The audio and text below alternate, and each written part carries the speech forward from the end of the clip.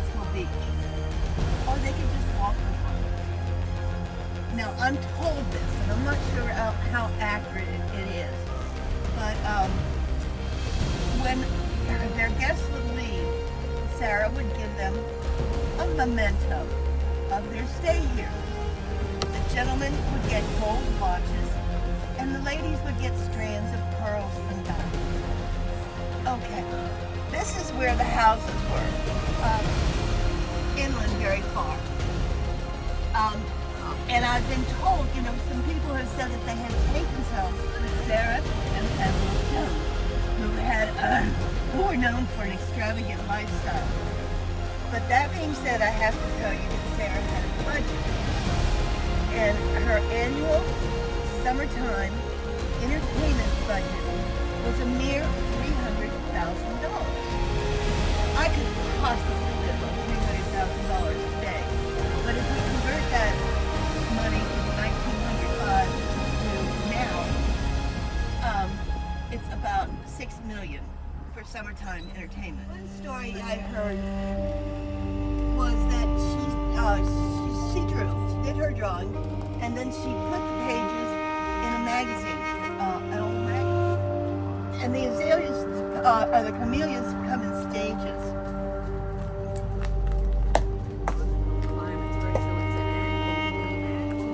Throughout the year they bloom?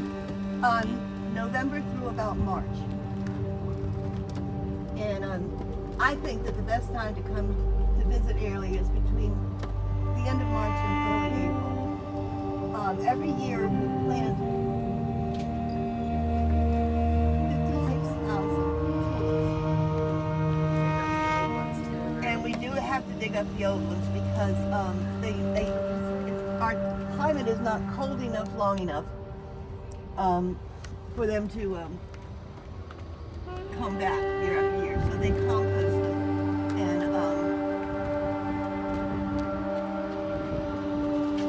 use them to fertilize again. I will draw you in a pergola. We have a couple turtles down here and a couple more down here. A pergola is a structure that does not have a foundation. So our pergola is covered with vines of jasmine and jasmine vines. Do you know the difference? Tell me the difference between a sea turtle and a landlord. Okay. Is that another banana? Oh yeah, the roots. Knees, which are, and you can see how far they extend. But also notice the leaf on the tree. It looks more like a fern than a normal leaf.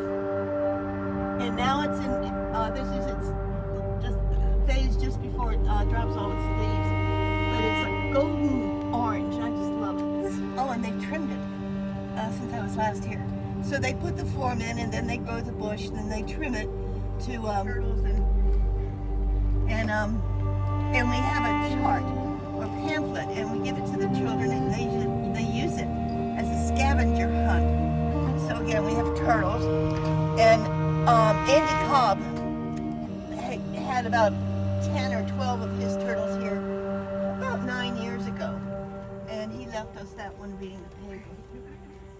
In the pergola garden, this is where the bride would make her entry, and this is we call this the bridal lane. Hi there. And that's a camellia in bloom. And again, we have our winter flowers growing. I love this tree. This is a ghost dogwood, and it's from China. And I've never seen it flower like a dogwood, but that's what the sign tells me it is. So I see the mystery grave. The man who's buried there was known as John Hill, but they don't believe that was his real name. Yeah, there they are.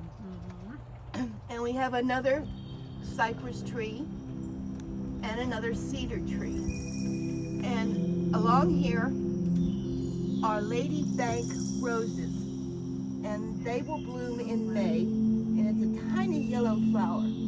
And it's also known as the thornless rose because it does not have thorns.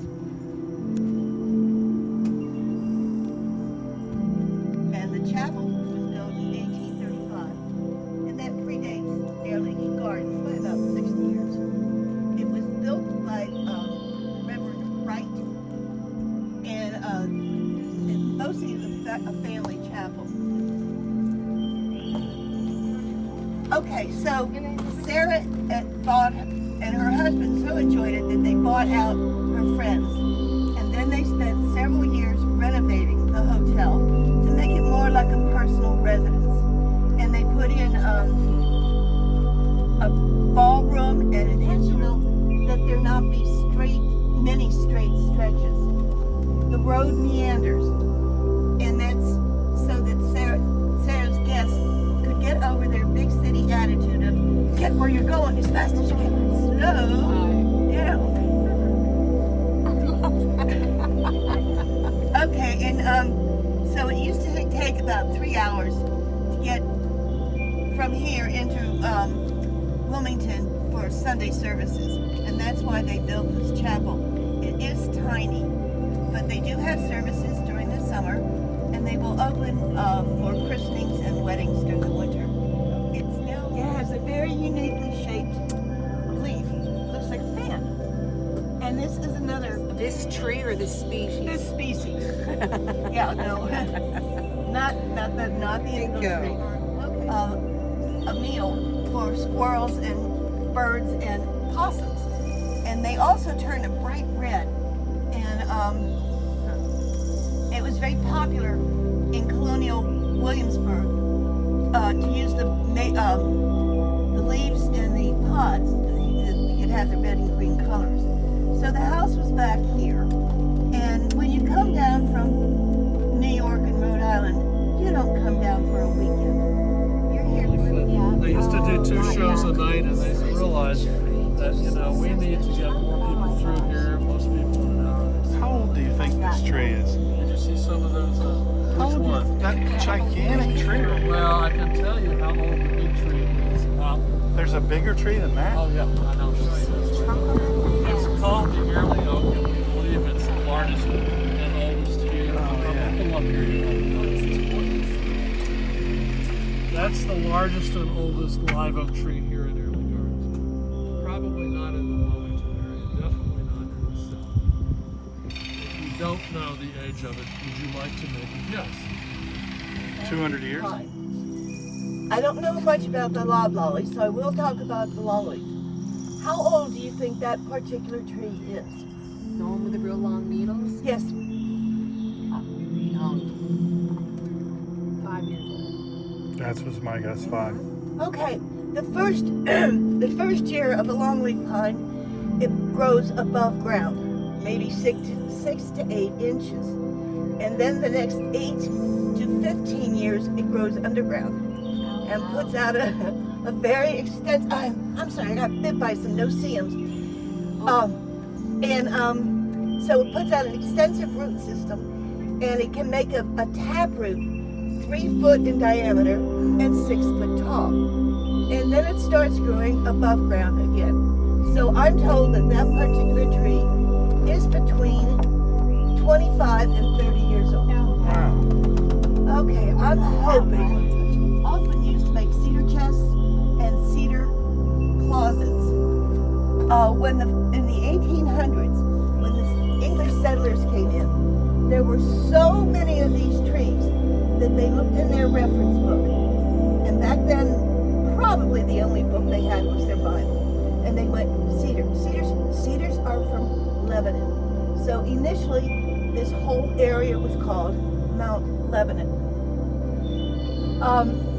There aren't that many left in Wrightsville Beach, but I understand that it is illegal to cut any down. And it was named after a prominent businessman. But again, the whole area was Mount Lebanon. And so Bradley Creek is a tidal creek, and it goes into the Atlantic, the inland water, intercoastal waterway and the Atlantic Ocean. I think that now it's at high tide because we can't see the mud flats that really aren't mud flats, they are oyster beds. We have an oyster fest in October, and then we gather all of the shells, we seed them and with baby oysters and put them in permeable bags and then add them to our oyster beds. A mature oyster can clean up to 50 gallons of water a day. Now Bradley Creek has been polluted for 30 years. I'm sorry, for 60 years. So don't eat anything from Bradley Creek. There are oyster farms far out in the Atlantic. I have another spider web here. Okay, and you can see how it has it's multi-dimensional. And that's a small specimen of the spider. She's also known as the weaver or a banana spider. And she's called a golden orb because when the sun hits the individual strands in a certain angle, they look yellow. And so she has the name golden orb. Monitor the water quality in the oyster beds. And they also have kayak trips originating from there. When the early French explorers came through, they asked the natives, "What is that gray stuff hanging from the trees?" And the natives told them, "Why, that's tree hair." But it reminded the French explorers of the long gray beards of the Spanish conquistadors, and so they named it Spanish moss. It is not Spanish, it is not a moss. I'm not a bad driver, just these other people are coming in. It is one tree. It looks like it might be several trees that have merged together, but it is one tree. And we estimate that age by comparing it with other trees that we have cored and determine their age. We try to maintain flowering plants year round. These are little hyacinths. Up here, if you look in here, you can see our bottle chapel. And I'll tell you more about that as we go along. Okay? Over here. And if you look carefully underneath, you'll see these little projections coming up. And those are called cypress knees. And they are a part of the root system of the tree. And it's a way for the roots to get oxygen. Very often a cypress knee will grow if the cypress tree is near water, and our water is just over there. So the land might be marshy or wet. Are rhododendrons and azaleas in the same? Okay, the flower of a flowering magnolia can get up to be 12 inches in diameter. So it is one of the largest flowers of a flowering plant. And this is all azaleas again. The magnolia species, the tree species, is ancient. It was here, or around, when we had dinosaurs. So these are truly ancient plants, ancient trees. Is it considered a tree? It's considered a tree. You know, I was overseas for a couple of years, and I told our people about our magnolia trees, and they said to me, no, dear, magnolias are just bushes. And then I brought them here, and I said, this is a magnolia bush. And then she looked at me like, just don't be smart. Okay, these were freshwater lakes. They are now connected to Bradley Creek, and so they are more safe. We dredged them about 4 years ago and pulled out 100 years worth of yuck. But we left the aerators going, and that keeps the water moving, so we don't have a major accumulation of algae. The steps that go up to the Roman temple actually go into the water. And that is because in the early 1900s, we had rowboats. And back in the early 1900s, it was indecent for a young lady to show her ankles.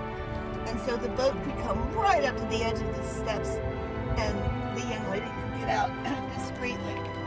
So the Roman temple has a Over fountain. here. Now they're metal buildings that hold maintenance vehicles. The Jones family had 26 horse-drawn carriages. They would use them to pick up their guests at the train station and bring them here. This was before the age of automobiles. And then even after cars came along, they still had, there were both automobiles and horse and buggy for a number of years.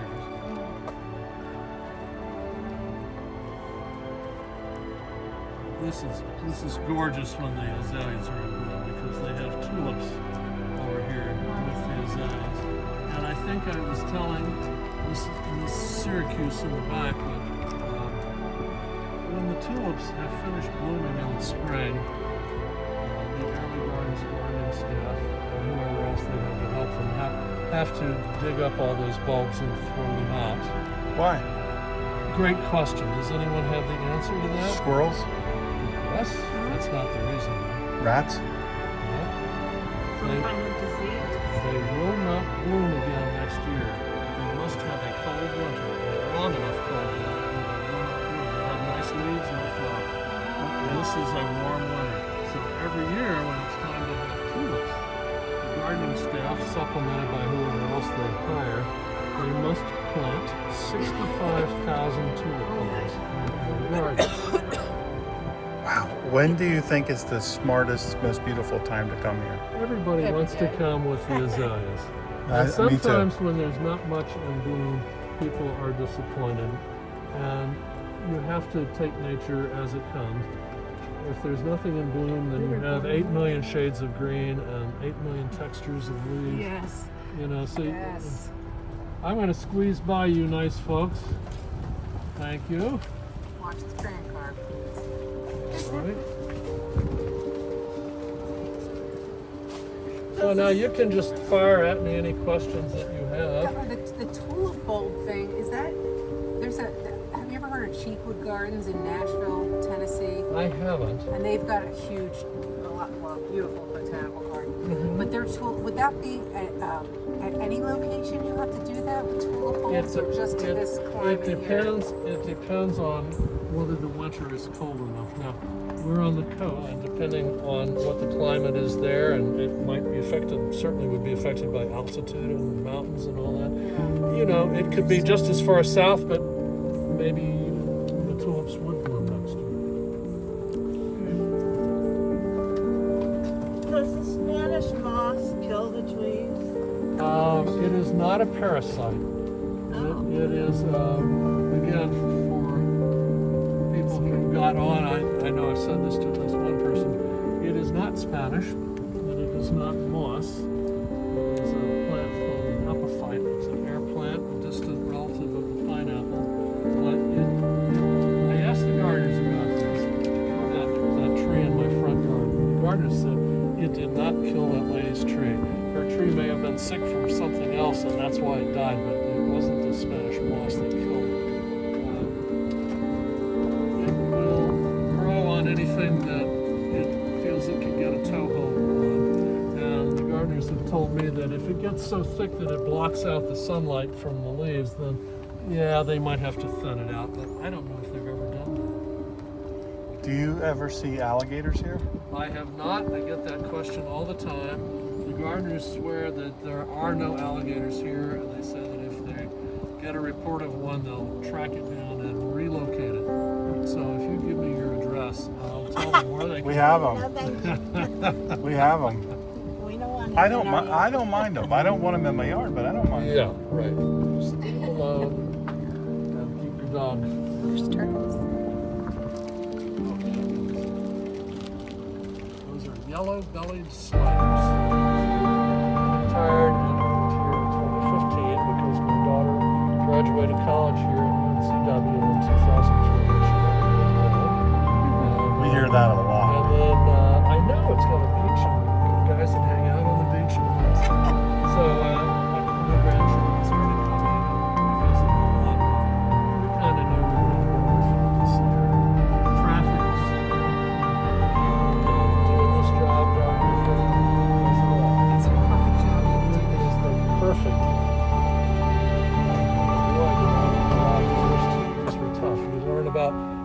2 things per week, you know, you couldn't keep the powder going for too long, but after a while you retain it. And then as new things come along, they fit into what you know. You don't forget it. Yeah, and it's never open at night except for this light thing between Thanksgiving and Christmas. Closes at the end of the day and then Yes. it reopens for the nighttime. No, it is never open at night unless there's something special going on our time, so it's 5 to 6, 6 to 7, 7 to 8, 8 to 9. So you can be in the morning. We're probably going to